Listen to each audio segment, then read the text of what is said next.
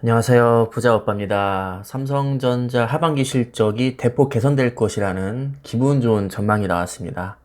신한금융투자에서 삼성전자 목표 주가를 10만 5천 원으로 기존대로 그대로 유지를 했고요. 올해 영업이익이 무려 50조를 돌파할 것이라는 굉장히 긍정적인 전망을 내놨습니다. 신한금융투자에 아주 훌륭한 인재가 많이 계신 것 같습니다. 지금 너도나도 목표 주가를 하향 조정을 하고 있는데 이 와중에 기존 목표 주가를 그대로 유지한 것만 해도 굉장히 삼성전자에게 높은 점수를 줬다고 볼 수 있겠죠. 일단 올해 2분기 매출부터 보면 매출은 조금 감소할 것이라고 예상을 했거든요. 5.1% 정도 하락한 62조를 예상을 했는데 문제는 영업이익입니다. 매출은 5% 줄었지만 영업이익은 11조 3천억으로 20%나 증가할 것이라고 전망을 하고 있죠. 그럼 무엇을 근거로 허실적을 전망을 하고 있느냐? 여러분들이 다들 예상하시다시피 바로 메모리 반도체입니다. 메모리 반도체가 사실 올해부터 슈퍼사이클에 접어들었는데 주가는 희한하게 올해 1월을 기점으로 하락세에 접어들었죠. 이것을 두고 여러 가지 견해가 있지만 그 중에서 가장 대표적으로 거론되고 있는 게 이미 메모리 반도체 슈퍼사이클을 앞두고 주가가 선반영이 됐다. 이런 주장이 가장 많고요. 파운드리에서 예상보다는 저조한 실적이 나와서 주가가 가지 못하는 것이다. 이런 얘기도 꽤 많이 거론이 되고 있습니다. 다 맞는 얘기죠. 여기에 하나를 추가하자면 생각보다 반도체 슈퍼사이클 치고는 가격 상승이 1분기에 그렇게 크지 않았었거든요. 상승을 하긴 했지만 예상보다는 상승폭이 적었기 때문에 아무래도 투자자 관점에서 봤을 때는 딱히 매수해야 될 이유를 찾지 못했을 수도 있죠. 그 밖에도 외부적인 요인도 많이 작용을 했을 겁니다. 예를 들면 전년 대비 주가가 지나치게 많이 올랐다는 점과 테이퍼링 이슈, 인플레이션, 금리 상승, 10년 채권 금리가 또 급등했었던 적이 있었고, 바이러스가 생각보다 빠르게 잡히지 않으면서 경제적인 타격이 또 있었을 것이고요. 굉장히 많은 요인들이 복합적으로 작용을 해서 삼성전자의 상승세를 좀 꺾이게 했다고 봅니다.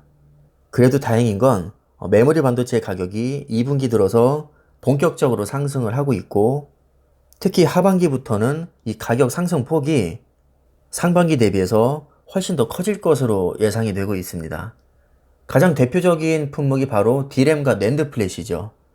실제로 지금 가격이 상승하고 있고 1분기에 정전으로 인해서 가동이 중단됐던 오스틴 파운드리 공장도 2분기 들어서는 거의 정상화가 됐습니다. 하반기부터는 거의 100% 정상 가동이 될 테니까 상반기 대비해서 파운드리 실적은 좋게 나올 수밖에 없습니다. 자, 이렇게 되면 일단 파운드리 공장은 비메모리 반도체에 해당이 되기 때문에 여기에서 또 파생되는 세트 상품들이 덩달아서 실적이 좋아질 수 있습니다. 예를 들면 스마트폰이나 가전이 여기에 해당이 되겠죠. 그러니까 가만 보면 비메모리 반도체 공급이 차질이 생기면 스마트폰과 가전에도 연쇄적으로 영향을 받습니다. 스마트폰 판매량이 줄면 또 메모리 반도체 판매량도 줄기 때문에 비메모리 반도체 하나가 삼성전자의 정말 많은 사업 영역들에게 연쇄적으로 영향을 준다고 보시면 됩니다. 삼성전자가 아무리 TSMC에게 많이 밀려서 글로벌 점유율 2위라고는 하지만 혼자서 17%의 글로벌 점유율을 차지하고 있기 때문에 결코 무시할 수 없는 굉장히 큰 비중을 차지하고 있죠. 항상 TSMC와 비교를 당하면서 상대적으로 약간 찬밥 취급을 받고 있지만 그래도 글로벌 점유율 2위입니다. 삼성 파운드리 공장에 차질이 생기면 전 세계적으로 당연히 큰 영향을 받습니다. 예전에 마이크론에서 정전 나서 메모리 반도체 가격 올랐던 거 기억하시죠? 마이크론은 메모리 반도체 3위 업체입니다. 3위 업체의 공장 하나가 정전이 된 게 전 세계적으로 영향을 줄 정도니까 오스틴 파운드리 정전의 영향도 굉장히 크다고 할 수 있습니다. 그래서 하반기에는 D램과 낸드 플래시 가격의 상승과 오스틴 파운드리 공장 재가동, 여기에 세트 수요 회복까지 여러 가지 호재가 맞물리면서 상반기 대비 실적이 대폭 개선될 것으로 예상을 하고 있죠. 그리고 2분기부터는 서버 수요도 좀 많이 증가할 것으로 예상이 되는데, 서버 하면 우리가 익히 알고 있는 아마존 웹 서비스나 구글 클라우드, 마이크로소프트 애저, 뭐 IBM이나 텐센트, 알리바바와 같은 대형 서버를 이야기합니다. 자, 그래서 정리를 하면 삼성전자의 올해 매출은 268조로 예상이 되는데, 이건 전년 대비해서 13.2% 증가한 것이고요. 영업이익이 대박입니다. 영업이익이 50조 2천억으로 전년 대비해서 39.5%가 늘어날 것으로 전망을 하고 있습니다. 매출이 13% 증가하는데 영업이익이 40% 증가한다는 얘기는 영업이익률이 그만큼 대폭 높아진다는 뜻이죠. 삼성전자가 TSMC에 비해서 사실 매출은 오히려 더 높은데 영업이익이 너무 낮아서 조금 문제가 되고 있거든요. 뭐 문제라기보다는 뭐 약점이라고 할 수 있는데, 그나마 반도체에서는 영업이익률이 꽤 높게 나오지만 특히 가전이나 디스플레이, 스마트폰에서 반도체에 비해서는 영업이익률이 생각보다 낮게 나옵니다. 그래서 전체 실적을 내보면 영업이익률이 뭐 10%에서 20%대 정도밖에 안 나오죠. 반면에 TSMC는 파운드리 사업만 하고 있기 때문에 결국에는 반도체에 올인을 하는 거잖아요. 그래서 영업이익률을 보면 40%가 넘습니다. 그래서 항상 삼성전자의 영업이익률은 이 반도체가 얼마나 좋은 실적을 내느냐, 여기에 따라서 좀 많이 좌우가 되는 편입니다.